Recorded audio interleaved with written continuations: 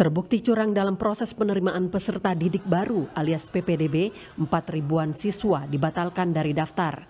Gubernur Jawa Barat Ridwan Kamil menyebut keikutsertaan 4.791 calon siswa di PPDB tingkat SMA sederajat dicoret karena terbukti curang mengubah domisili di kartu keluarga.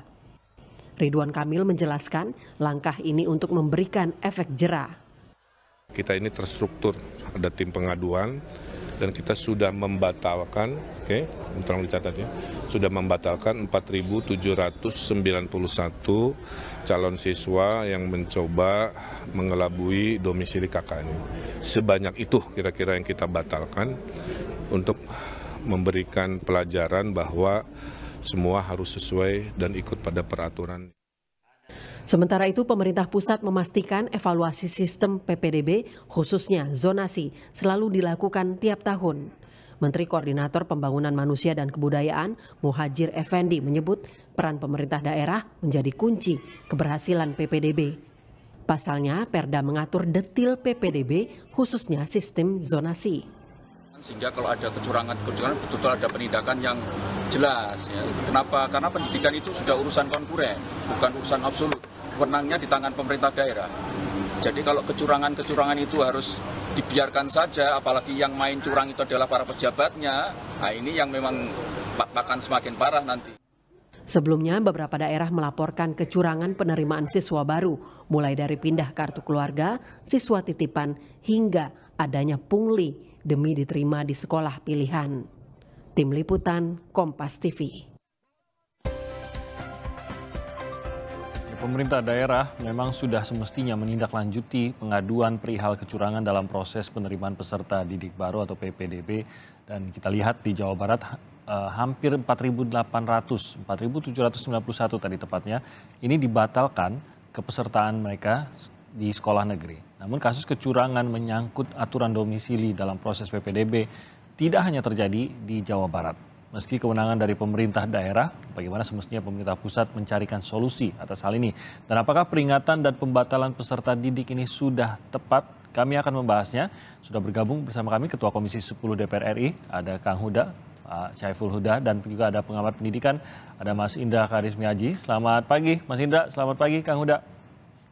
Selamat pagi Pak Huda, selamat pagi Mas. Terima kasih sudah bergabung bersama kami hari ini.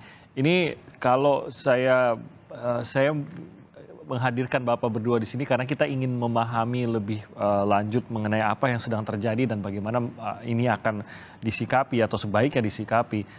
Saya yakin semangat utamanya adalah hak pendidikan bagi anak-anak. Inilah yang akan menjadi prioritas bagi mereka. Tapi di sini kita tahu bahwa PPDB ini masih memiliki serangkaian masalah gitu. Satu hal yang sangat menarik yang menarik perhatian kita adalah bahwa masih ada yang berniat melakukan kecurangan demi bisa memasukkan anak-anak mereka ke sekolah di zona yang mereka inginkan begitu. Dan di Jawa Barat kita lihat angkanya begitu besar, sangat besar, 4.791 anak ini akhirnya tidak bisa dinyatakan lolos untuk melanjutkan pendidikan mereka, dan kita belum tahu lagi bagaimana nasib ke depannya. Nah, bagaimana Anda menyikapi hal ini? Kang Huda, apa yang menjadi perhatian Anda mengetahui bahwa ada ketegasan sikap yang memang dibutuhkan ketegasan sikap atas hal ini. Tapi di sisi lain juga ini angka yang sangat besar, ada sekian banyak anak-anak yang akhirnya belum tahu nih pendidikannya kelanjutannya bagaimana, Kang Huda? Ya, terima kasih. Yang pertama, poin kita apresiasi sikap tegas dari pemerintah provinsi dan termasuk dari beberapa kabupaten kota yang lain yang juga mengabarkan bersikap tegas terkait dengan modus kecurangan dalam pelaksanaan PPDB. Tapi tentu tidak bisa cukup berhenti di situ. Ada dua hal menurut saya. Yang pertama, semestinya ini sudah bisa diantisipasi jauh-jauh hari, karena sistem PPDB ini melalui zonasi kan sudah diterapkan hampir 7 tahun yang lalu. Yeah. Jadi saya membayangkan peristiwa pembatalan 4.000, peristiwa pembuatan surat domisili yang tidak pas, yang tidak sesuai, itu sebenarnya sudah bisa diantisipasi jauh-jauh hari. Jadi tidak perlu lagi ada kepala daerah yang memitigasi hari ini. Kalau itu sudah menjadi evaluasi sejak sebelumnya. Karena setiap tahun keluar ini, Mas Mati. Ya, ini Setiap berarti tahun ada ini. di tahapan dan di tingkat mana tuh Kang Huda ini sebenarnya menurut Anda sudah bisa diantisipasi? Pada level pengawasan ya, evaluasi, monitoring dan pengawasan. Jadi kenapa sekolah kok masih tetap berani melaksanakan praktek begini? Kenapa pihak kelurahan, aparat dari pemerintahan paling bawah juga berani mengeluarkan begitu mudah surat domisili? Artinya mereka merasa tidak ada pengawasan.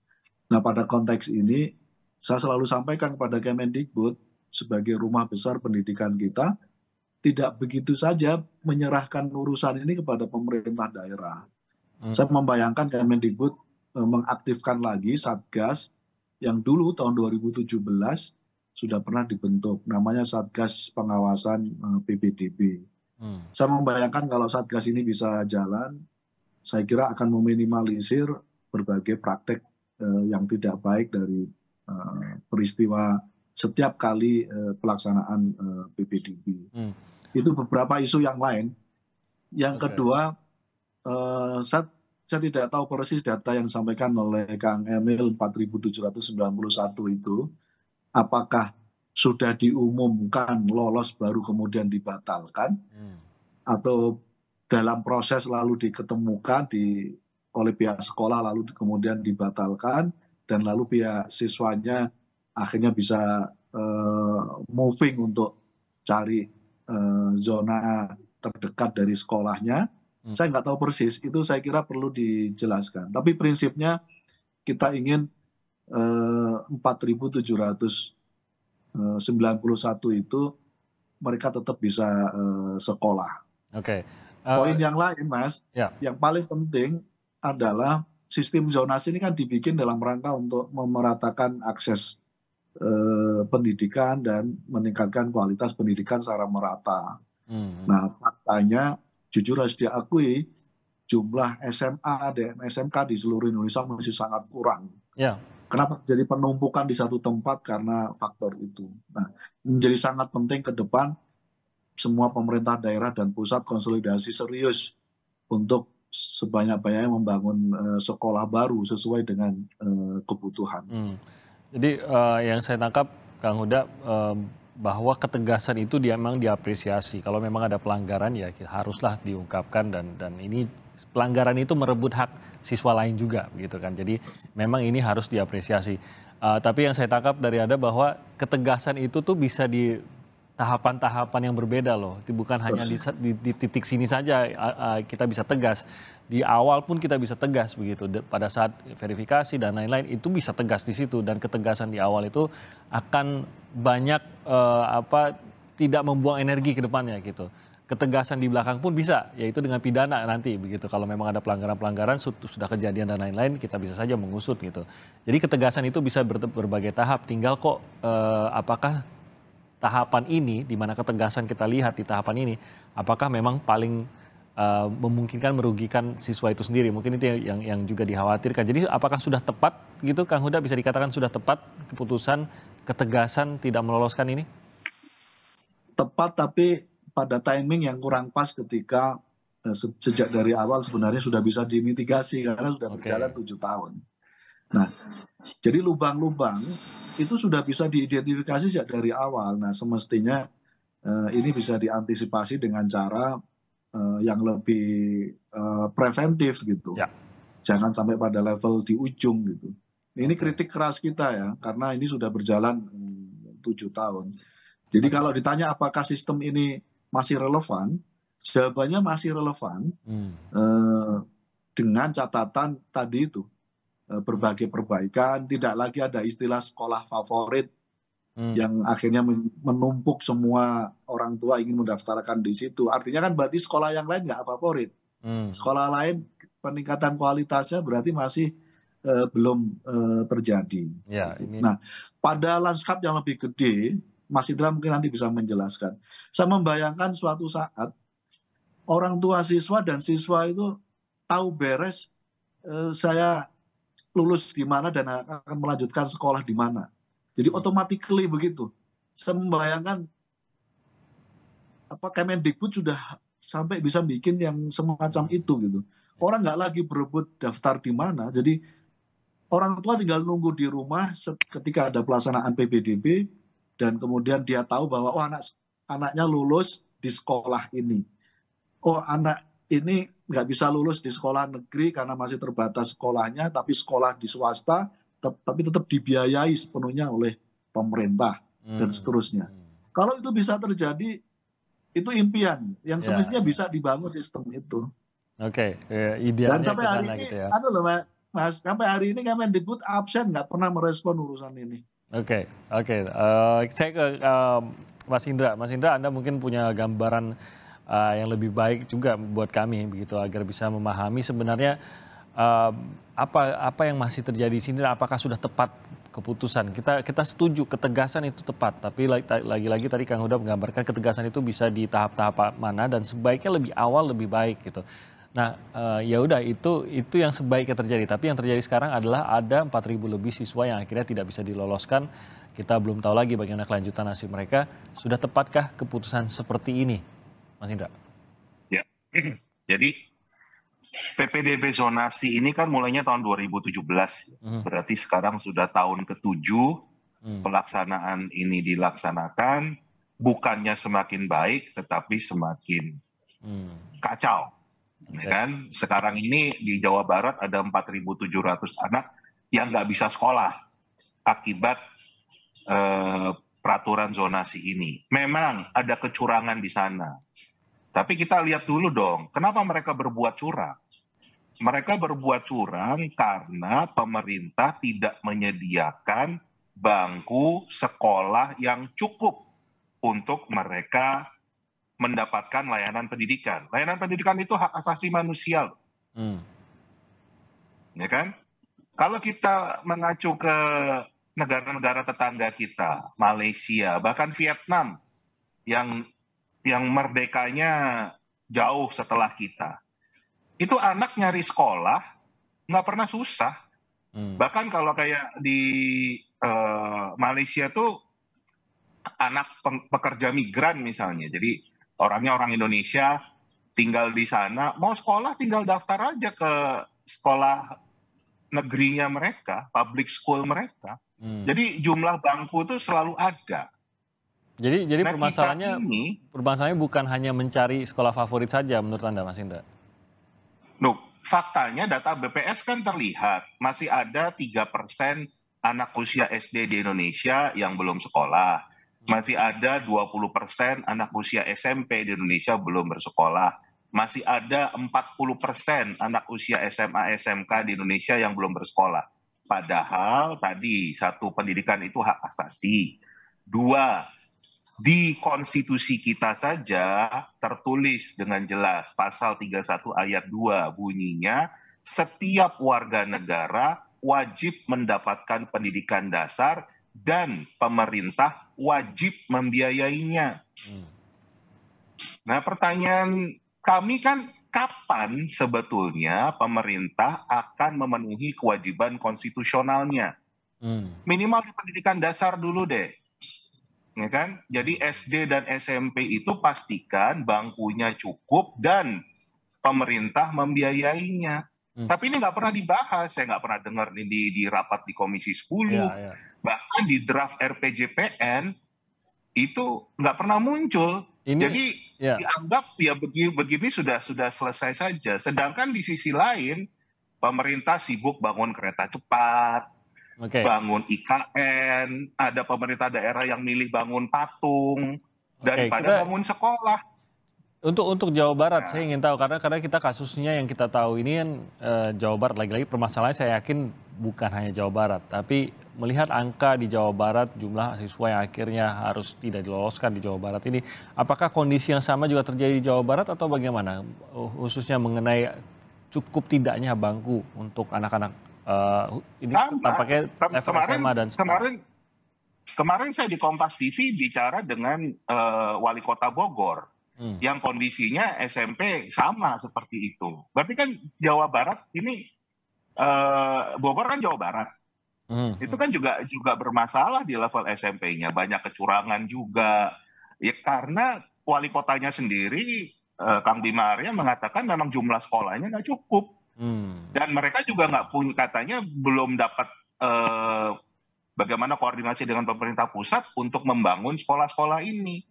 Karena juga repotnya nih, kita juga kembali melanggar konstitusi sih. Kita tuh nggak punya satu sistem pendidikan seperti amanat konstitusi.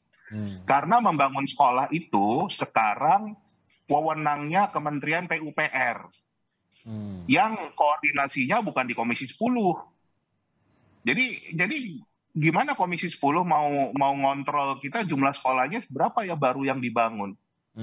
Nggak jelas gitu. Jadi kemana-mana.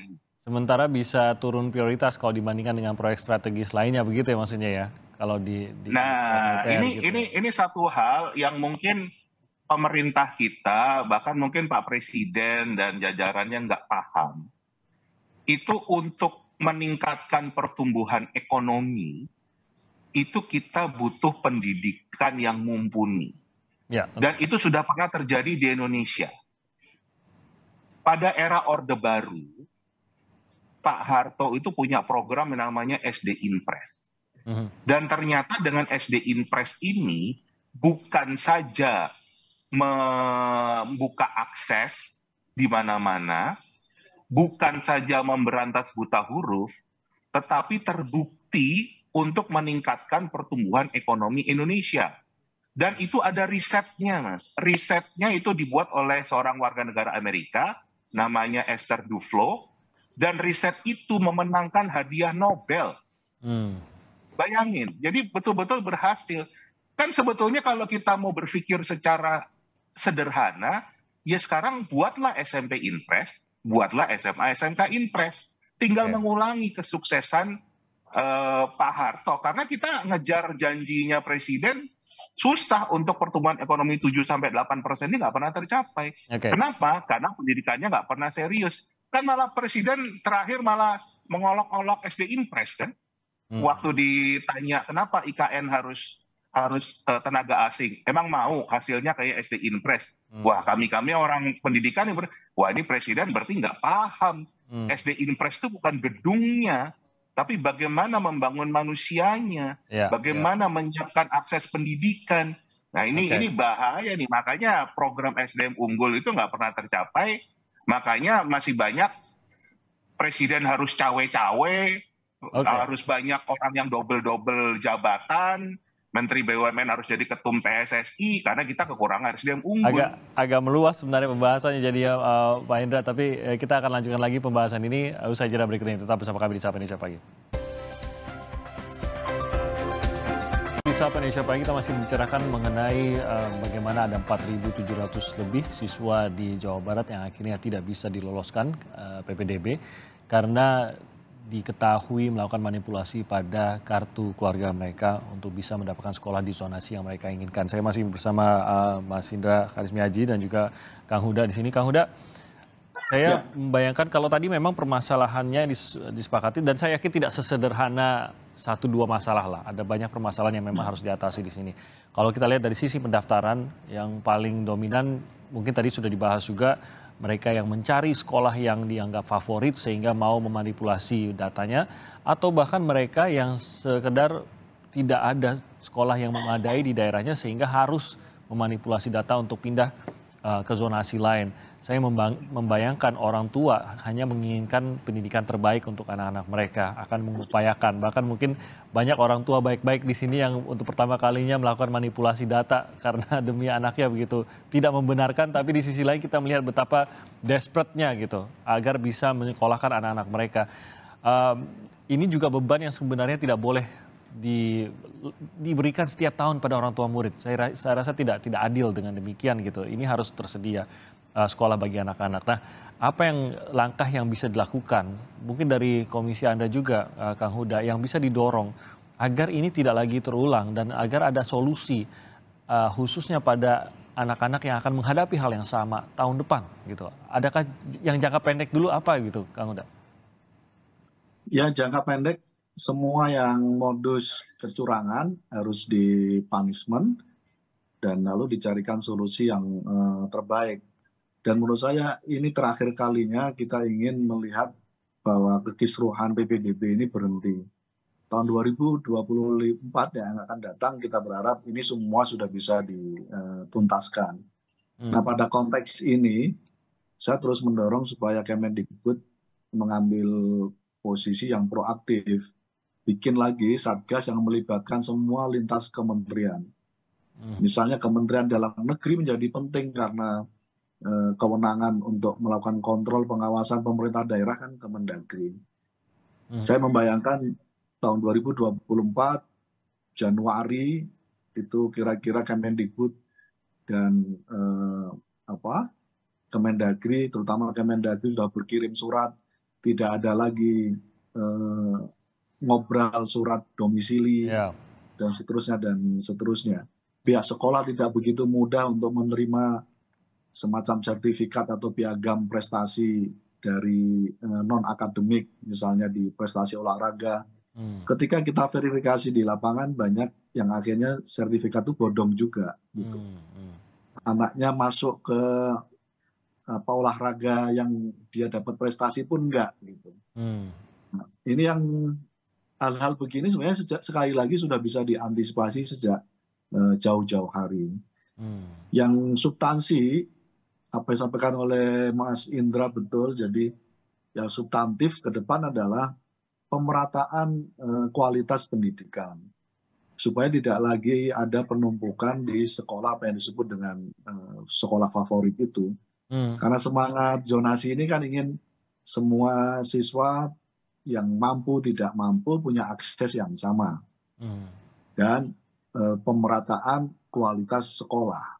Nah, 7 tahun itu harus jujur diakui, kenapa masih ada istilah sekolah favorit dan tidak, berarti kita belum sukses. Jadi substansi dari semangat sistem zonasi ini sebenarnya belum ada gitu selama 7 tahun. Nah, yang kedua, secara substansi juga perlu didorong, Mas, bahwa apa yang disampaikan oleh Mas Indra, kritik yang sangat kuat tadi itu memang faktanya begitu. Yang paling mungkin adalah hari ini ketika ada pihak swasta yang menyelenggarakan pendidikan, di situ perlu disupport, termasuk dalam rangka PPDB dan zonasi ini. Ketika kan motifnya dua sebenarnya, kenapa anak-anak ini hari ini pengen masuk ke sekolah negeri dan yang favorit. Kalau masuk favorit karena ingin kualitasnya lebih baik. Kenapa ingin masuk negeri? Karena supaya dapat pembebasan pembiayaan sekolah. Gitu. Nah, faktanya itu yang terjadi. Nah, ini perlu dimitigasi detail. Nah, jalan yang jangka pendek yang paling mungkin adalah pemerintah kerjasama dengan sekolah swasta dan memberikan perlakuan yang sama apa yang selama ini mendapatkan akses pembiayaan di sekolah negeri diberikan juga terhadap sekolah swasta. Itu yang paling mungkin. Agar tertampung. Sambil kemudian terus yang tidak tertampung di sekolah negeri ditampung sekolah swasta, tapi dengan fasilitas yang sama seperti halnya di sekolah negeri. Kalau nggak ada itu, ini akan terus terjadi terus menerus. Itu penting menurut saya. Jadi problemnya tidak hanya di pemerintah daerah, tapi juga terjadi di pemerintah pusat. Dalam hal ini Kemendikbud dan kementerian lain perlu terus koordinasi dan memastikan bahwa PPDB ini semakin baik ke depan. Untuk jangka lebih panjangnya tentunya tentu dibutuhkan sekolah-sekolah tadi. Apakah masih menjadi masalah apa yang tadi disebutkan oleh Mas Indra bahwa kalau ini tidak di bawah komisi Anda salah satunya, ini menjadikan tidak prioritas juga akhirnya. Karena banyak sekali sebenarnya prioritas pembangunan yang juga sedang menjadi perhatian pemerintah. Tapi Anda melihat apakah kita harus tetap melihatnya optimis? Anda melihatnya optimis juga, komisi Anda juga Kang Huda melihatnya optimis. Sebenarnya ada prioritas tersebut yang ditempatkan oleh pemerintah? Optimis pesimis sebenarnya, Mas. Saya kebetulan jadi ketua komisi udah hampir 3 tahun. Apa yang disampaikan oleh Mas Indra menjadi concern kami. menyangkut misalnya soal Sarpras yang sekarang tidak di bawah Kemendikbud. Kami sudah sampaikan berkali-kali karena mandatori ini impres yang menyerahkan kepada PUPR. Kita lobby, kita sampaikan pentingnya ini, tapi sampai hari ini jujur diakui ya memang ya belum ada progres apapun, tetap itu menjadi di bawah kendali PUPR yang sejak dari awal addressnya nggak pas. Kalau ngurus sekolah hanya soal misalnya konteks pembangunan yang selama ini dianggap bermasalah lalu begitu saja diserahkan kepada PUPR. Pada substansi yang lebih gede lagi, Mas Moti, jadi 20% anggaran pendidikan mandatori undang-undang itu yang terserap langsung dengan fungsi pendidikan nggak lebih dari 13%. Sisanya? Sisanya Komisi 10 aja nggak bisa menjangkau. Kita belum tahu, ada di dalam akun Kementerian Keuangan namanya itu yang diperkirakan untuk fungsi pendidikan. 150 triliun. Gitu. Kita nggak tahu. Dari nama-nama nomenklaturnya aja kita udah, ini artinya berarti belum sepenuhnya untuk fungsi pendidikan. Karena 20% anggaran pendidikan itu, Mas Moti, hari tahun ini setara dengan 641 triliun. Ya.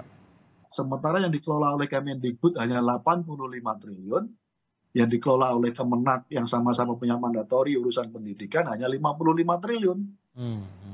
Sisanya menjadi dana transfer daerah, dan seterusnya, termasuk yang diperkirakan untuk fungsi pendidikan 150 triliun. Jadi memang isu-isu pokok mendasar terkait dengan isu pendidikan disampaikan oleh Mas Kris, saya kira nggak ada yang bisa bantah itu. Gitu. Nah, tapi sekali lagi ini suasana yang sedang kita hadapi. Saya membayangkan kita perlu ruang kompromi yang sifatnya produktif, gitu. Pemerintah yang semestinya sepenuhnya menyelenggarakan pendidikan, lebih dari 60% fungsi itu diambil oleh swasta, oleh masyarakat sipil dengan pendirian sekolah-sekolah swasta itu, Mas. Gitu. Ya. Nah, sayangnya juga mereka sudah mengambil peran dan fungsi pemerintah, sekolah-sekolah swasta ini juga tidak dapat fasilitasi yang cukup memadai dari pemerintah. Saya ke Mas Indra, tadi ada mungkin beberapa solusi. Saya fokus ke jangka pendek karena kita tidak ingin ini terjadi lagi dalam waktu sedekat mungkin, yaitu tahun depan gitu. Walaupun di sisi lain kita tentu mementingkan penyelesaian jangka panjangnya gitu. Tapi realistiskah, Mas Indra, kalau kita berharap ada penyelesaian jangka pendek, realistiskah kalau kita berharap bahwa tahun depan sudah tidak ketemu lagi nih masalah-masalah PPDB seperti yang kita lihat di tahun ini? Kalau ada kemauan politik pasti bisa, karena tadi anggaran pendidikan kita nggak kaleng-kaleng loh, 642 triliun. Ya. Itu per tahun ya. Yang kalau menurut saya itu cukup untuk menyediakan akses bagi seluruh anak Indonesia, itu cukup. Jadi saya bicara solusi deh ya, saya bicara solusi. Satu, kita harus menghentikan mindset di mana negara akan berupaya menghakimi rakyatnya sendiri. Ini kan masalah ini jadi seakan-akan yang disalahkan adalah rakyat kan? Yeah.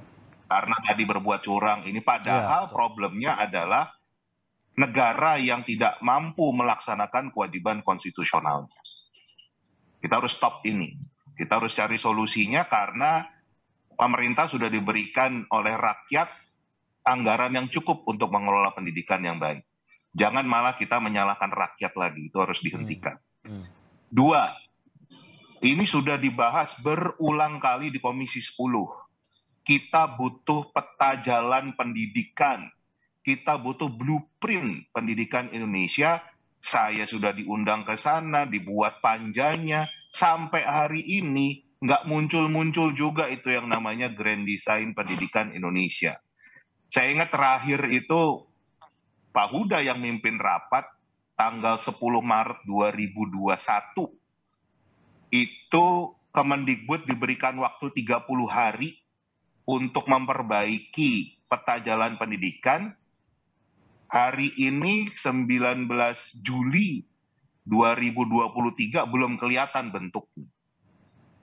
Jadi kita juga nggak pernah tahu kapan anak Indonesia ini akan bisa sekolah karena jumlah sekolahnya cukup dan dibiayai pemerintah. Dan di draft RPJPN 2025-2045 itu juga tidak muncul masalah akses ini. Jadi kapan sebetulnya akan memberikan anak Indonesia kesempatan untuk sekolah? Ya. Yang ketiga, jangka pendek ya. Kalau kita menunggu dibangun sekolah-sekolah baru, waktunya lama. Bicara pembebasan tanah, bangun gedung, dan lain sebagainya. Belum ngisi gurunya, ngisi sarana prasarannya lama.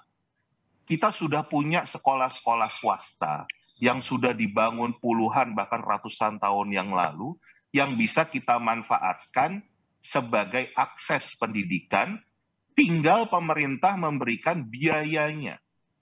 Dan itu sudah dilakukan di beberapa daerah. DKI Jakarta sudah punya yang namanya BPNS, Bantuan Pendidikan Masuk Sekolah. Itu mereka yang nggak diterima di sekolah negeri, diarahkan ke sekolah swasta karena mereka warga kurang mampu, itu 100% dibiayai oleh Pemprov DKI Jakarta. Itu anggaran DKI atau? Tangerang juga, anggaran DKI. Oke. Sama halnya di kota Tangerang juga demikian. Nah, cuman problemnya ini kita nggak bisa kontrol kualitas sekolahnya. Karena kan per individu, jadi nggak sama juga kualitasnya. Ya. Kalau di luar negeri ada mengenal istilah yang namanya charter school atau sekolah piagam. Jadi sekolahnya itu yang mengelola swasta, misalnya Ma'arif, NU, Muhammadiyah gitu. Jadi sekolahnya sekolah Muhammadiyah, sekolah Ma'arif, pengelolanya Muhammadiyah, Ma'arif, gurunya juga dari sana, tetapi 100% biayanya dibayar oleh pemerintah untuk seluruh anak. Jadi juga pengelola sekolah ini nggak pusing lagi narikin SPP, dan bahkan nggak boleh ada narikan karena 100% itu dibiayai oleh pemerintah. Tapi kapasitasnya ada gitu, Mas Indra, kalau ini memang akhirnya ditampung di sekolah-sekolah swasta, sekolah swastanya sendiri kapasitasnya ada? Ada, karena sekarang banyak sekolah swasta yang kosong. Karena juga banyak pemerintah itu membangun sekolah negeri di samping atau di seberang sekolah swasta. Yang akibatnya cuma pindah aja, bukan nambah akses, tapi cuma memindahkan. Jadi minimal untuk di daerah perkotaan itu mencukupi. Kalau daerah pedalaman tentu harus dibangun sekolah baru ya. Tapi ada juga sebetulnya dulu-dulu sekolah yang sudah ada, tinggal kita manfaatkan. Termasuk sekarang SD mantan SD Impres ini yang sekarang sudah kosong, itu juga bisa diubah menjadi SMP atau SMA, di merger dijadikan jadi SMP atau SMA. Itu banyak juga. Kan kemarin kita dengar ya di Jawa Timur kalau nggak salah yang dapat siswa pun enggak gitu. Ini SD negeri. Nah itu karena dulu dampak dari SD Impres. Nah yang keempat, ini yang juga paling penting, tadi sudah disampaikan oleh Pak Huda, supaya betul-betul kualitas dari setiap sekolah yang dibiayai pemerintah ini sama. Tapi kan pemerintah sendiri yang selalu membuat diskriminasi. Sekarang ini ada sekolah penggerak. Sekolah penggerak itu dianggap lebih baik dari sekolah non-penggerak. Kan diskriminasi lagi. Harusnya semua sekolah, apalagi dibiayai pemerintah, sama mutunya. Sama statusnya. Kan sama kayak kelurahan, kan nggak ada kelurahan favorit. Ini kan layanan publik. Masa ada saya mau bikin KTP cuma di kelurahan yang menurut saya favorit? Enggak, harus di zona saya kan. Itu sebetulnya kenapa dulu zonasi dibuat, sayangnya tidak diikuti dengan pembukaan akses. Itu 4 solusi Mas yang bisa dilakukan. Tentunya kita berharap bahwa dalam jangka pendek pun kita sudah bisa melihat hasil, jangka panjang kita ya butuh kemauan politik memang. Kita akan lihat nanti ke depannya bagaimana. Tapi orang tua ingin solusi, anak-anak berhak atas pendidikan. Paling tidak ini ya yang menjadi salah satu hal yang sangat-sangat mengganjal. Saya yakin banyak sekali di luar sana yang menyaksikan sambil menggerutu, iya susah sekali kemarin PPDB. Iya, alhamdulillah masih keterima, tapi tidak semua seberuntung itu. Ada juga yang masih harus pusing, ternyata anaknya tidak lolos, anaknya masih mengalami kesulitan dan lain-lain. Tidak boleh terjadi, tentu saja kita harapkan solusinya didengar dan solusinya bisa dilaksanakan khususnya oleh pemerintah pusat maupun daerah. Saya mau berterima kasih atas waktunya, Kang Huda, terima kasih. Mas Indra juga terima kasih banyak atas waktunya. Semoga perbincangan kita juga disaksikan dan bisa membantu untuk mencarikan solusi atas PPDB ini. Selamat pagi, salam sehat Kang Huda dan juga Mas Indra.